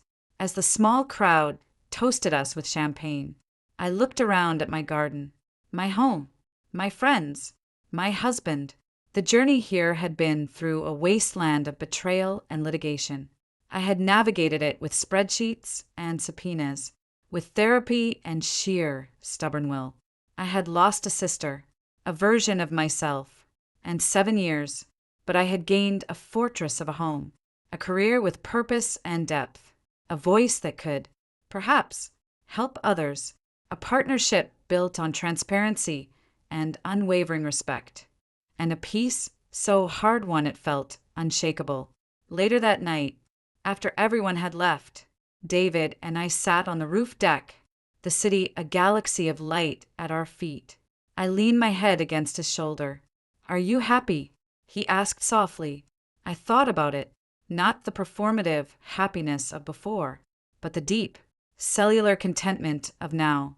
"Yes," I said, "I am. It's a different happy than I imagined. It's got scars, but it's mine, ours." He kissed my hair. "Good." We sat in silence, watching the lights of the city that had been the backdrop to my unraveling and my rebuilding. The story wasn't over. There would be other challenges, other joys, but the foundational work was done. The cracks had been inspected, the faulty materials removed, the structure reinforced with steel and truth. I was no longer just surviving. I was living, and the territory ahead, for the first time, felt not like a minefield to be crossed, but an uncharted, beautiful landscape, waiting for us to explore it, together, one sure step at a time. Chapter 8. The Inheritance of Light, 11.500 characters. Time, in the years that followed, became a kinder medium. It no longer stretched into a torturous present or contracted into a panicked future. It flowed, a deep, wide river carrying our shared life forward. David and I settled into the comfortable, unremarkable rhythm of a strong marriage. We navigated the merging of finances with the same meticulous care we'd used in drafting our prenuptial agreement, a document that was less a wall between us and more a detailed map of the territory we were entering together, with all contingencies calmly discussed. It was, in its way, the most romantic gesture I'd ever experienced. A mutual promise to protect the life we were building from any unseen fault lines. The brownstone became a true home, filled with the layered evidence of our life. David's collection of vintage maps framed in the study. The pottery I'd begun making in a weekend class. Photos of us hiking in the Berkshires with his now college-age children. The ghosts of the past were finally, completely, exorcised. They had not been battled. They had simply been outnumbered and then outlived by the accumulation of good, ordinary days. My work continued to evolve. The Architecture School Initiative, Foundations Forms, became a respected program. I found a particular passion for mentoring young female designers and architects, offering not just creative guidance but the unspoken, hard-won wisdom about professional boundaries, financial literacy, and trusting one's own perception. I never mentioned my own story unless directly asked, and even then, I kept it brief, focused on the lessons, not the drama. My studio, under Lorna's excellent management, continued to take on select projects, but my heart was increasingly in the educational work. It felt like laying better cornerstones for the next generation. My parents, in their Florida retirement community, found a fragile peace. My mother's hip healed, leaving her with a slight limp and a new caution. Their calls with me were lighter, filled with stories about their bridge games and the aggressive ibises that patrolled the golf course. Maya was a subject we approached with the care of archaeologists handling a fragile relic. She had stayed in Connecticut. The plant nursery job had turned into a manager position. She had an apartment, a cat, a life of quiet routine. She called them every Sunday, and they reported the conversations to me in broad strokes. She was doing okay. She was sober. She was lonely, but managing. It was a life of survival, not flourishing, but it was stable. It was enough. David and I talked, occasionally, about children of our own. The desire was there, but it was a quiet ember, not a roaring fire. We were in our 40s, established, content, the shadow of my own fractured family, the toxic blueprint of sibling betrayal. Cast along, cautionary shadow. Could I be the mother I would want to be, with that history echoing in my bones? We decided not to decide. We left it as an open question, a door in our future we could choose to walk through or not, with no pressure, only possibility. In the meantime, we poured our parental energy into his kids, who welcomed me with an ease that felt like a gift. Then, 5 years after our wedding, my father died. It was a heart attack, swift and silent in the night. My mother's call came at dawn, her voice shattered into 1,000 tiny pieces. We flew to Florida immediately. The funeral was a small, sun-drenched affair. My mother, leaning on David's arm, was a portrait of dignified desolation. And then, at the back of the chapel, as the service ended, I saw her, Maya. She stood alone, just inside the door, wearing a simple black dress. She had cut her hair short. She looked older, grounded. Our eyes met across the room. A current of pure, undiluted history passed between us. Grief for the father we'd both loved, the shared childhood had presided over, and the canyon of betrayal that now separated us.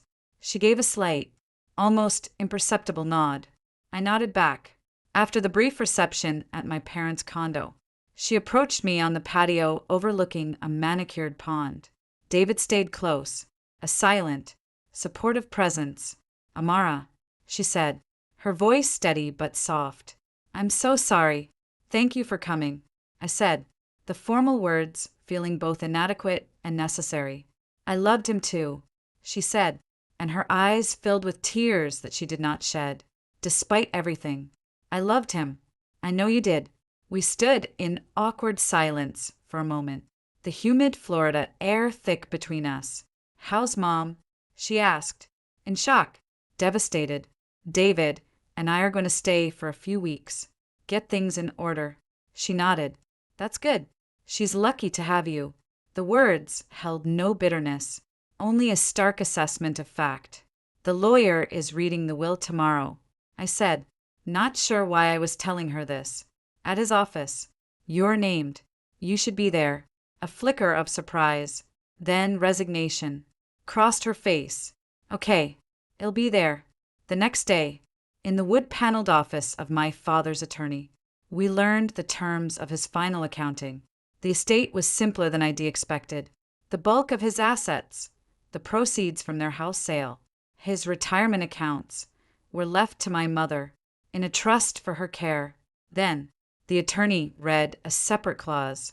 To my daughters, Amara Sorrento Chin and Maya Sorrento Grant, I leave the following, in equal shares, the contents of my safety deposit box at First Florida Bank, and my personal library of books, a physical object, not money, not property, the contents of a box and a collection of books. It was so like my quiet, literary father. Maya and I glanced at each other, bewildered. We went to the bank together, the first time we'd been truly alone in nearly a decade. The safety deposit box was long and flat. The bank manager brought it to a private room and left us, with a shared, unspoken tension. I turned the key, Maya turned hers, and we lifted the lid. Inside were not stocks or bonds or jewelry. There were two things. On top, a faded, blue leather binder. Beneath it, carefully wrapped in acid-free paper, was my father's prized possession, an original, first edition copy of F. Scott Fitzgerald's The Great Gatsby, a book head saved for years to buy as a young man. Maya picked up the book with reverent hands. He loved this, she whispered. I opened the binder. It was not a financial ledger. It was a scrapbook, but not of birthdays or vacations. It was a meticulous, heartbreaking chronicle of our family's dissolution, as seen through my father's eyes. The first pages were happy my parents' wedding, our childhood photos, report cards, drawings. Then, the tone shifted. There were printouts of emails the early, worried ones had sent to me about Maya's instability, and to Maya about her life choices. There were copies of canceled checks had sent her over the years, with loan written in the memo line. There were notes in his precise handwriting, called Maya. She mentioned a big project with Leo. Sounded secretive, worried. Amara says brownstone renovation is over budget. Can't figure out why. Then came the clippings. The New York Times announcement of Leo and Sarah Bennett's engagement, later retracted. The legal notice of our lawsuit, published in a trade journal. A printout of the Atlantic article. The ledger of betrayal, with whole paragraphs underlined. A photo of my wedding to David, cut from a society blog, with "She is happy, thank God," written beneath. The final items were the most devastating. A copy of the settlement agreement from my lawsuit, every page annotated with his small, neat script. See Clause 4.2, restitution. Asset transfer confirmed. A letter from Maya's treatment center, acknowledging his payment for her first month. And on the very last page, a single sheet of paper, in his handwriting, dated just a month before he died. My dear girls, if you are reading this together, then I am gone, and you have managed to be in the same room without lawyers. That is a start. This binder is not an accusation. It is an apology from a father who did not know how to protect you from each other, or from the world. I was an accountant. I believed in balance sheets. So I tried to keep one for our family. This is that failed balance sheet. I loved you both, desperately and imperfectly. I failed you both, in different ways. I failed Maya by not holding her accountable, by treating her chaos as a charm. I failed Amara by expecting her strength, by making her the default responsible one, and by not protecting her from the theft of that strength. The money is gone. The trust is broken. These are the facts of our ledger. I leave you only this, the record of my failure, and this book. Gatsby believed in the green light. the orgastic future that year by year recedes before us. He believed he could repeat the past. He was wrong. Do not try to repeat the past. You cannot. Do not try to balance this ledger. It will never be even. All I can give you is the story, the true, awful, beautiful, broken story of our family. It is yours now. What you build from its ruins is yours to decide. Take the book, share it, or don't, but know that I loved you both. To the last entry. Dad. Tears streamed down my face. Hot and silent. I looked at Maya. She was crying too, clutching the Fitzgerald to her chest as if it were a life raft. He knew. She choked out. He knew everything. He was watching, keeping score. He was trying to understand. I said, my voice thick. He was an accountant. This was his language. We sat in the sterile bank room. The evidence of our father's helpless, loving witness spread between us. The weight of his grief, his meticulous, futile attempt to audit the unauditable disaster of our family, was almost unbearable. Maya reached out a trembling hand and touched the edge of the binder. I'm so tired, Amara, she whispered. The defiance and drama finally, completely burned away, leaving only ashes of exhaustion. I'm so tired of being the villain in everyone's story, even his. In that moment, I did not see the sister who had betrayed me. I saw the broken, sober woman my father had loved and failed. I saw a fellow survivor of the same catastrophe, stranded on a different shore. You're not the villain in this, I said, gesturing to the binder. In his story, we're all just people who failed each other. He includes himself on page 1. She looked at me, her eyes searching mine for condemnation, for the old anger. I had none left to give.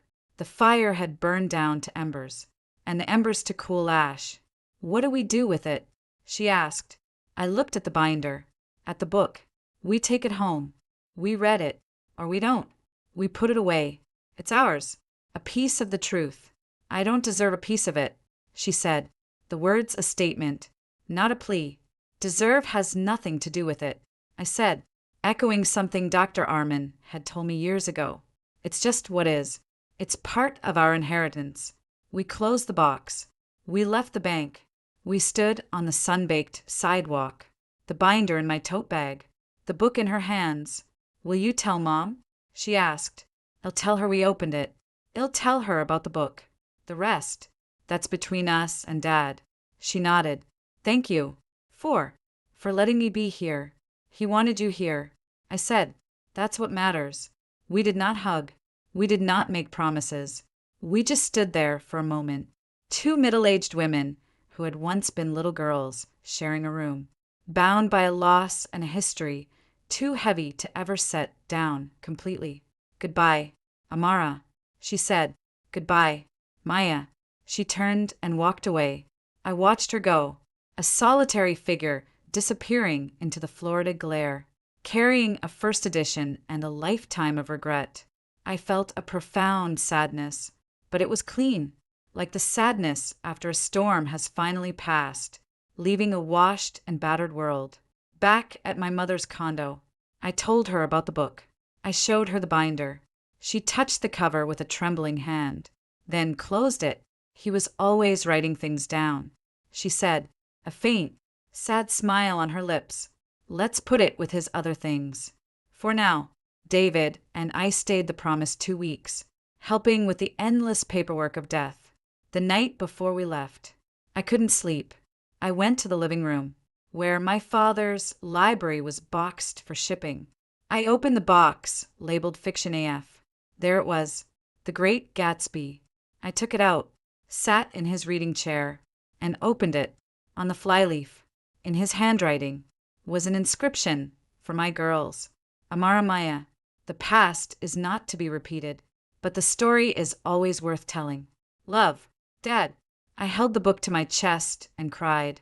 For the father who had tried to understand, for the sister lost, for the years of war, and for the fragile, imperfect peace that had somehow grown in the cracks. When we returned to Brooklyn, The binder went on a high shelf in my office. The book went on the living room shelf, next to David's maps and my pottery. I did not read the binder again. I didn't need to. Its weight, its truth, was now a part of my foundation, a stratum in the geology of my life. A few months later, a postcard arrived at the studio, a picture of the Connecticut River Valley in autumn. On the back, in familiar, careful script, reading Gatsby. He was right. The light is always ahead, not behind. Thank you for the book, M. I pinned it next to the old one on the bulletin board. 2 data points. A life, moving forward. That winter, David and I were in the Berkshires. A heavy snow had fallen, silencing the world. We were by the fire, and I was sketching idly, not for a client, just for the pleasure of lines on paper. David looked up from his book. "You're happy," he said, not as a question.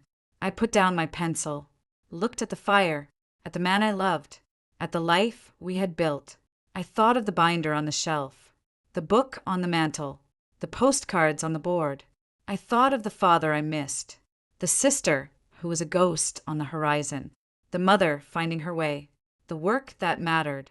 Yes, I said, and the word contained multitudes. It contained the scars and the strength, the loss and the love, the tangled past and the clear, bright, uncharted future. I am. It's a complicated happy, but it's real, and it's mine. He smiled, that steady, anchoring smile. Ours. He corrected gently. I reached for his hand. Ours.